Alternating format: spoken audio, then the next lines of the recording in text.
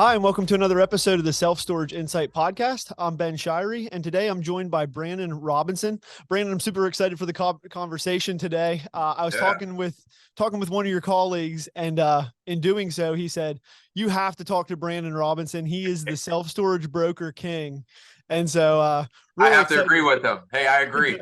Whoever it was, Awesome. I give him a Yeah. referral fee. Hey, he gets a referral fee. Absolutely. That's awesome. So, Brandon, if you don't mind, kind of just dive in, give us a little bit of your backstory. How did you start brokering self storage deals? When did you start that sort of thing? Yeah, so backstory. It all started July 29th, 1984, Pomona Valley Hospital. I'm joking. There you go. Thought we were going to get the long version there. No, so yeah, so my career in storage, it started in 2007. So I graduated from Whittier College. It's out here in California, the East Los Angeles area. And I wanted to get into real estate because I had father figures and guys that I knew from church that were in real estate at that time, making a bunch of money, right? It's at 2005, 2006, Okay. where, Yeah. people were just Booming. making money. And yeah, it was booming, man. Kind of like it was 2 or 3 years ago, right? Right. So I got my real estate license in 2007 after getting my degree in business from Whittier. And I was going around just interviewing with different companies. And I linked up with a guy named Victor Martinez, who's out of Okay. Ontario, California. And he had a commercial real estate group that he ran from Coldwell Banker in Upland, California. Okay. And he was looking for somebody to do storage. I actually didn't even know you can sell storages. I didn't know that was a thing that Mhm. people could actually sell and buy these storages as an investment.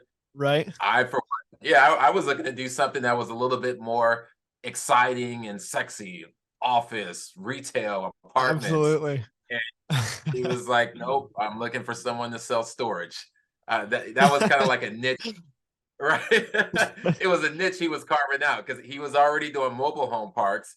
Now he wanted to do self storage and just have a niche where he could be specialized. So Absolutely. that's how I got into it, and that Okay. was in 2007, March 2007. Awesome, man. What a turn of events too, going from like March of 2007 right to today. Storage, I mean, the Right? change that it's made. And I mean, for sure, coming out of college looking for something glamorous, and storage is Yeah. the exact opposite of of what you were probably expecting. Man, you know what? It was not glamorous back then, right? When I first started, it was how can I? It was kind of like the dog of real estate. It wasn't something where a bunch of institutional money was being thrown at. There Right. was very few lenders that would lend on storage. It wasn't as technologically advanced as it is today, For sure. right? Like when I first started selling storages, most people advertise in the yellow pages, which Hmm. I don't know if anybody still knows about the yellow pages, but they would have to pay $10,000, to maybe as much as $40,000 to get an advertisement in the yellow pages just so they can attract customers. That's Whereas crazy. now, yeah, whereas now you got a lot of people that just find storages online and going through Hmm. Google and going to social media and things like that. Right. So how has that kind of changed for you then, as far as like, attracting buyers? The game is completely different, right? I mean, like everybody wants to invest in storage. At least it seems like you're in these Facebook groups, and tons of people are looking for their first deal. How much has that played into what you do with your deals? Yeah, so it's different. The way that we find buyers, the way that we find sellers, the way that we market deals is completely different. So when I started, it was, hey, you have a book of prospects, paper, hard copy, and you just called through all of them, Right. find someone that wants the list. Then when you find someone that wants the list, you put it on LoopNet, or it was really only LoopNet at the time that was the big commercial real Wow. estate MLS. Put it on LoopNet, or you would send out mailers and or also newspapers. We would put stuff in the Wall Street Journal, LA Times, and that was the way to actually go about finding buyers. Whereas Wow. now, I mean, there's all type of resources to find sellers. Number one, right? We get a bunch Right. of sellers that actually find us through our online marketing through Facebook, through Mhm. Instagram, through TikTok, through list self-storage. And Sure. then as far as finding buyers, as you said, there's all type of networks that are on Facebook. I'm a part of maybe 30 groups that Mhm. are specifically for buying and selling and doing That's self-storage crazy. transactions, right? Yeah. And then there's, in addition to LoopNet, you got CoStar, you got Crexy, List Self Storage. Mhm. There's just all types of ways to actually find sellers and buyers now that didn't exist in 2007. Yeah, that's awesome. So if we can kind of dive into the conversation a little bit here, Yeah, somebody's looking to buy a facility. What's something that you're going to be kind of looking for as far as, everybody wants to find a good deal. What does that really yeah, even look like? yeah. So that's a good question. I would say if you're, it depends, right? So if you're an institutional person, right? If you're Prime, Public, Merit Hill Capital, one of those type of Mhm. groups, that what they classify as a good deal looks different than somebody like you and I, who are Mhm. kind of smaller time guys. We don't have billions of dollars in funds at our disposal. Right. So yeah, if you're an institutional person, it's probably, hey, looking for something that is in a market where you have a 3 mile population above 100,000 people, something in a major metro area, LA, Chicago, San Antonio, something that you're going to hold long term. Mhm. Right. But I would say for the average person that we deal with, because maybe 70 to 80% of our business is dealing with small mom and pops, first time investors, and people that are just not at the institutional level. For Mhm. them, I would say a good deal looks like something that is not uh, on the radar of the institutional buyer, Right. because you're not going to be able to compete with a Public Storage or For outbid sure. Merit Capital. Right. So you want to look at deals that are not on their radar. So that's tertiary markets, that's rural markets that are on the path of development, on the path of progress, Mhm. areas that are not the major metro, but a lot of folks from the major metros are moving there because of cheap housing and affordability, Right. right? So I would say that would probably be the first thing I would look for. Okay. Next thing I would look for is look for cities and areas where there's something there to keep the population and also bring in new people. Mhm. So like me and my wife, we specifically buy stuff that are in kind of smaller towns in the South and Midwest Right. where there's a major university, a major health system, Mhm. and maybe a professional sports team, because now Right. you have something that keeps people there. You have some things to draw folks as well. Okay. Um, and then Interesting. I So, would also, yeah, yeah. And then a couple other things I would look for is look for stuff that's below 40,000 square feet, right? okay. If you're just starting out and if you're not at the institutional level, because all the institutional guys are looking for stuff that is 40,000 square feet and above. Right. So, you really want to buy stuff where there's little to no competition, because the less people that you're competing against to buy a deal, the better value that you're going to get. Absolutely. Yeah, for sure. And Yeah, one of the people that I was talking to recently, one of the phrases they would use was, you don't always find a good deal, but you can make a good deal. Right. So that's I'm just kind true. of curious how this would play into what you do. How much of what you're doing is looking for stuff that would be a possible conversion, an opportunity where somebody might miss it, but there's actually a potential there for a storage facility or something like that. Yeah, I would say maybe 70% of the stuff I do is Okay. value add, right?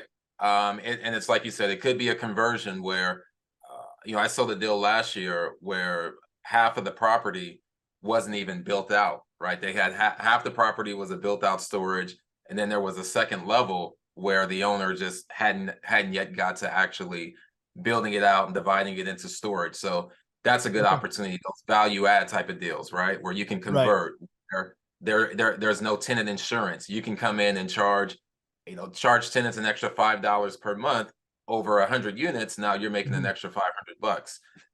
Yeah, Right. look for stuff where there's room to raise rents. There's room to expand, room to add RV storage. Look Mhm. for things where there's a manager who maybe isn't on top of their game, or they could be stealing money, and you can come in and really efficiently operate the place and improve the revenue. So, Okay. like you said, there are those opportunities where something may initially look like a terrible deal, right? Looks Mhm. like a 4 cap or a 5 cap, but when you do your investigation and see, hey, the rents are below market by 20%. Hey, they're not charging tenant insurance. There's no website. There's no marketing. You can Yeah. actually turn that 4 or 5% cap rate deal into an 8, maybe 10% cap rate deal. Yeah, absolutely. Yeah. And a lot of it just takes a lot of work sometimes too. I mean, there's going to be a Yeah. lot more time investment and stuff like that into turning some of those deals into a higher profit for sure. What is some of Yeah. the things that you run into, with you said you deal a lot with first time buyers, mom and Yeah. pops, that sort of thing. What are some of the problems or the challenges that you run into when somebody goes to close on their first deal? So it depends on who it is. With the sellers, what we run into is a lot of these mom and pop sellers are still operating not in the stone age, but they don't have any management software, don't have a management system in place, no website. Right. So what they do is a lot of their books and records are handwritten, QuickBooks, Mhm. their Excel spreadsheets. We have one guy, and I actually sold the deal I sold in Oklahoma last week. Me and Milburn Stevens from my team. This guy actually sent us pictures of Wow. some of him writing what his income and how many units he had and the Yeah. rates. Like, he didn't even have it on an Excel spreadsheet, so he actually had to write it down, take a picture of it. So we run into situations like that, which Mhm. when you're dealing with someone getting financing, a lender doesn't want to see some chicken scratch on a piece of paper. They want to For sure. see, hey, nice clean books and records, management software, uh, uh, P&Ls. Also, you have issues with these sellers where sometimes they don't report certain income. Yeah. Right. And right, it's Yep. I mean it works for them tax wise, but now when they go to sell, that $20,000 a year that you weren't reporting, now that affects your value and it affects what the property appraises for. Absolutely. So Right.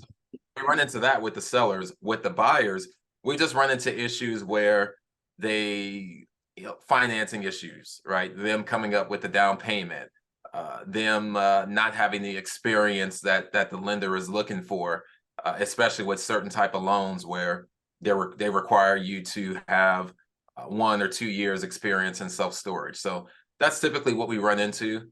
Yeah. I would say another one we run into also is helping buyers get set up with remote management, because Okay. with a lot of first time buyers, they're buying smaller deals where they're not going to cash flow if you have a manager on site, so they have to manage them remotely, Right. and getting set up with that can be a challenge, but it So, works out. so you actually help your buyers with that transition or with Yeah. getting all that set up? Yes, yeah, we actually have a document that we use internally. It's a transition document where Mhm. we're transitioning all the utilities over to the buyer, helping them get set up with the vendors in the area that they're going to need. Right. Sort of like Uh, a buyer's checklist type of thing. exactly, Yeah. exactly. Yep, Awesome.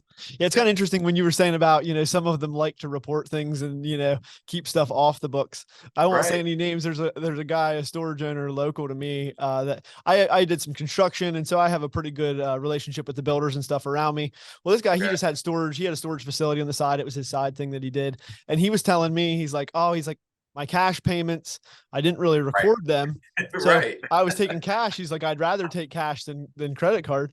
And he's like, well, then the IRS came in and audited him, and he had to go back and pay his sales tax because he hadn't reported any earnings on tons of these units, right? He had to go back, like, I forget, 4 or 5 years. They made him go back and pay sales tax on every unit that he couldn't provide verification that it was rented and paid for. And Wow. so So he what got tipped stuck them pretty off? good. I What don't what, I what don't tipped the know. IRS off? I don't know if the IRS was just doing an audit and it came up that he wasn't making any money on this facility or what it was. He Okay, didn't get into the details of what caused the audit. But it is something to also, be concerned about. If you are running a storage facility, run it the right way, because yeah, the IRS is also adding employees, and we know they're going to be doing a lot more things. They're going to make their money back somewhere for all these employees they're adding and that sort of thing. So, but correct. yeah, hiding money's not the best, I know, not the man. best business Right. practice. Especially if you want to sell it eventually. Right. Yeah, Yeah, Yeah, can't do it. absolutely. So what is your take kind of on, so buying rate now with market rates kind of where they are, interest rates rising, what do you kind of see coming from interest rates in the next couple years? Yeah, so I think that we'll see rates continue to increase until the end of next year. And then I'm thinking after the elections, then Hmm. things will settle down, right? Especially depending on who gets in. Right. That might make a difference, right? Yeah. Yeah, certain folks that, especially like conservatives, they're all for lowering rates and stimulating the economy. So if you Right. get, especially if you get a conservative in there, then they'll probably push to lower rates. But I do think that within a year we should see the inflation under control. I mean, it's getting under control now, right? Right. I think now we're at somewhere around 3%, right? Is last I checked, somewhere between 3 to 4% Hmm. inflation, where a few months ago it was at 7 to 8% year over year Right. inflation. So it is dropping. It's just not at that 2% benchmark that the Fed is looking for. But I think we'll be there by next year because we're starting to see a slowdown in Hmm. uh and things, and we're starting to Right. see real estate values decrease. So Right. yeah. So what are some of the benefits then, in your opinion, of working with a broker as you're looking to either buy or sell a facility? Yeah, so in terms of buying, I think working with a broker helps you to cover more ground a lot quicker. Okay, I mean, you could if you want to, and I know people that do this. They get out and they pound the pavement, they call, they dial for dollars, trying to find a facility that they can buy off market. Right. But if you contact, say, the five most active brokers in self storage, and just tell them, hey, look, I'm looking for this type of facility. Send me what it is that you have. You can have other people doing the work for you and bringing you deals instead of you trying to use all your time and energy trying to find those deals yourself. Right. And, and then there's going to be certain people that you won't be able to reach that us brokers will be able to reach, whether it's myself or a lot of brokers out there in the Millichaps and CBREs. There's going to always be somebody that we can reach that we have a long-term relationship with that you might not have that relationship with. So I Mhm. would say that on the buying side. On the selling side, you're just going to get the best price by having a broker put it out on the market and exposing it to thousands of people, as Mhm. opposed to you being an individual owner trying to sell it yourself off market to individual buyers. Right. Because with buyers that are buying stuff off market, and I know because I buy stuff off market as well, when we see that an agent or an owner is not represented, they don't have an agent, the place is not being marketed, we see, okay, an opportunity to buy this below market value. Because Right. obviously that demand from being on the market and all those buyers drives up the price. So Mhm. yeah, that Absolutely. So, benefit. yeah, even with the additional fees of paying a broker, I mean, you typically recoup more than you would spend on those fees just by getting a better deal out of your facility. Yeah, exactly. Right. Because that broker is going to give you a higher price because there's more people that are seeing it. Right. But for some Absolutely. reason, and there's some people that are just adamant about not paying a brokerage commission, Hmm. right? I Right. mean, they'd rather sell their place for say $900,000 themselves, as opposed to pay a broker 5%, and he sells it or she sells it for $1 million. Right. Just Yeah. yeah. Well, yeah, you won't convert everybody, but yeah, Oh, it is crazy to me that thought process because yeah, if to me it's a no brainer. For one, I don't want to deal right. with all the headaches of trying to sell a facility myself, all of the Yeah. calls that are going to come in, being available Yes. all of the time to show that facility or Yeah. to answer all of the nonsense and weed through all that stuff. So yeah, And then absolutely. another thing you got to think of too is just all the marketing resources that the broker has, Mhm. which Right. if you're trying to sell your place yourself, then you have to pay for it, right? You now have to pay for CoStar subscription, LoopNet, list self storage, email blast database. That stuff gets expensive, man. I mean, we pay a Yeah. couple thousand a month just in subscriptions to these websites where we list and market properties for sale. Absolutely. Yes, you get a lot more resources than you realize it for sure. Yeah. Awesome. Well, so with your 16 years or so in experience, within self-storage. I know we touched on it a little bit at the beginning. You were kind of talking about, you know, how it changed a little bit. What are some of the notable things that you think have really evolved with storage over the last few years, or even just since you got into the industry? So the things that the notable things. Yeah. So I would definitely say everything going online and online rentals. So Mhm. when I started in the business 2007, unless you live somewhere close to a property or had someone that lived next to your storage, you had to have a manager on site, because at that point, 2007 to maybe 2000, I would say 14, over half of the people paid in cash or in check. Okay. Whereas now you have so many people that are paying online, credit card, right? ACH, things like that. Mhm. Also, in terms of just getting new renters, most of the new rentals were actually people that came into the facility to see the unit before they booked it. They would see a Right. yellow page ad, they drive by, and they would want to actually come in and speak to someone and sign a physical contract Yeah. before they got a unit. Whereas now, hey, you can see it online, you got pictures, you got drone video, rental contracts are online. Uh, so yeah, I think definitely the way that people attract tenants and uh, storage being online is one of the biggest changes that I've seen. No key doors. Over the last few years, I mean, a lot of tech companies have really started to put Yeah. some money into storage solutions. And Yep. I mean, you know, as the industry grew kind of in, you know, it was a more recognizable investment that people were really taking serious, then, you know, the tech companies are going to follow that money and try to get their hand into it. And so there's been a lot of developments as far as even like AI and chatbot supports and things Right. like that over the last few years Yeah.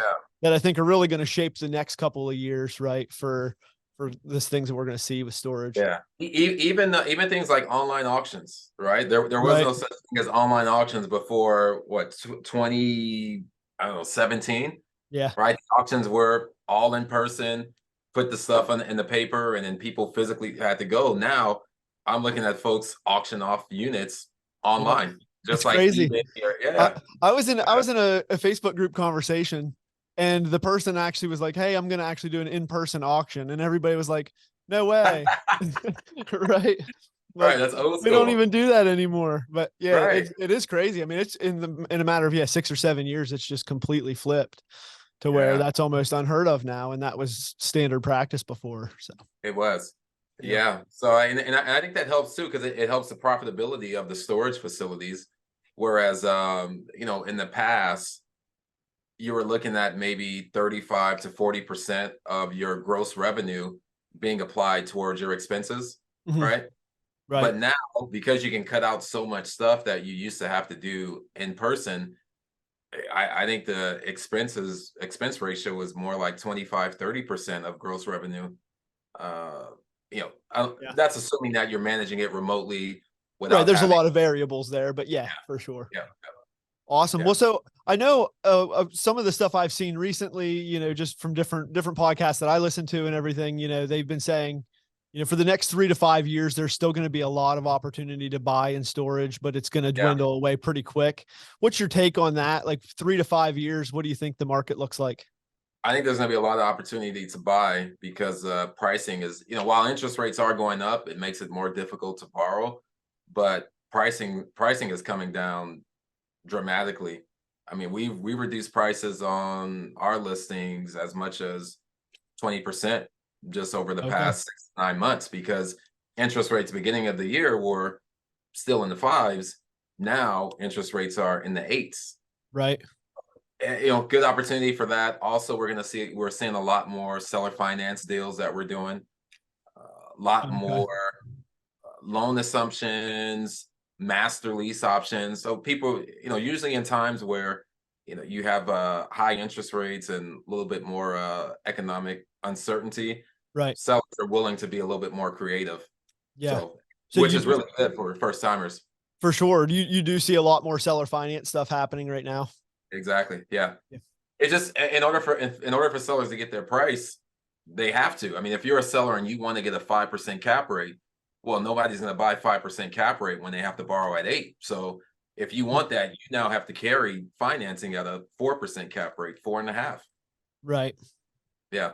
And there's some sellers that are willing to do that. They just, all they're looking at is, hey, I want that top line value. So I'm willing to carry financing and defer getting that lump sum payment just so I can get this price. Right. So probably pretty much when you're coming into a deal, try to be a little bit flexible from both sides of it, right? As far as trying to negotiate. And how much, as far as being the broker in that, how much do you play in the negotiations between buyer seller? Do you let the buyer and seller meet together without you, or what's your involvement in that? I do. So I mean, we tend to be pretty open and transparent, but we initiate the negotiations, Mhm. but then from there, we do like to get the buyer and seller on the Zoom call, on the conference call, because there's always things that they might say that we forget to tell the other person, right? Right. It's like playing that telephone game where, Yeah, you know, you absolutely. tell, right? They just So, forgot you told them, so it's an easy out. yeah, Right? exactly. But it also helps too when the buyer and the seller can see each other as a human being, Mhm. right? Absolutely. When they can get on the phone or they can meet, they can develop a personal connection. Oh, you like football? I like football too. Oh, you're a golfer. Oh, Mhm. yeah, right. Yeah, there's still so much to be said for a face-to-face meeting, I think, as well. Exactly. As business is still done face-to-face, even though we try to get away from it. But So I think building that personal connection and putting the buyer and seller together, it really helps. And I think it's what caused us to do certain deals that may not have got done otherwise. awesome. So I don't want to take up, all of your day. Any last minute thoughts or any piece of advice that you'd like to give to the audience as far as if they're looking to, work on a storage deal? Yeah, so I would say now it is a good time to buy, even though you hear all the doom and gloom and blood on the streets, right? That's Mhm. actually Right. the best time to buy, right? Like the Right. guys that I know that have made that, I guess I can say I've made them the most money in storage, selling them certain deals that they have since resold. These guys that I sold stuff to in 2008 to 2012, man, they flipped those facilities into like probably 5x or 6x their equity because Wow. they bought in a time where prices were very low and Mhm. nobody else wanted to buy, very little competition. So yeah, I would say get out there, buy, be creative. And also I would look at the Southeast and the Midwest, very good markets right now for self-storage. Okay. And the reason I say that, because I mean, that's where we're buying in those areas. Right. But what we're seeing is we're seeing this migration of people from the West Coast and the East Coast, right? For some of the more expensive areas, they're all starting to migrate to the South and to the Midwest because property values and the cost of living is cheaper. Okay. So that's kind of driving a lot of the storage demand in the Midwest, and Mhm. a lot of the population increase in the South and Midwest is coming from US immigrants, I guess I could say, right? Right. People Yeah. migrating from other parts of the US. Yeah. And if you look at I don't know if you guys have seen there's a self-storage demand, what is this thing called? The The SSA demand study. yeah, the Yeah. SSA demand study. When you look at that, you actually see that the majority of households in the US are in the South and Midwest, and people in the South and Midwest, they, as a percentage, they use more storage than folks on the East Coast and on the West Coast. Okay. Yeah.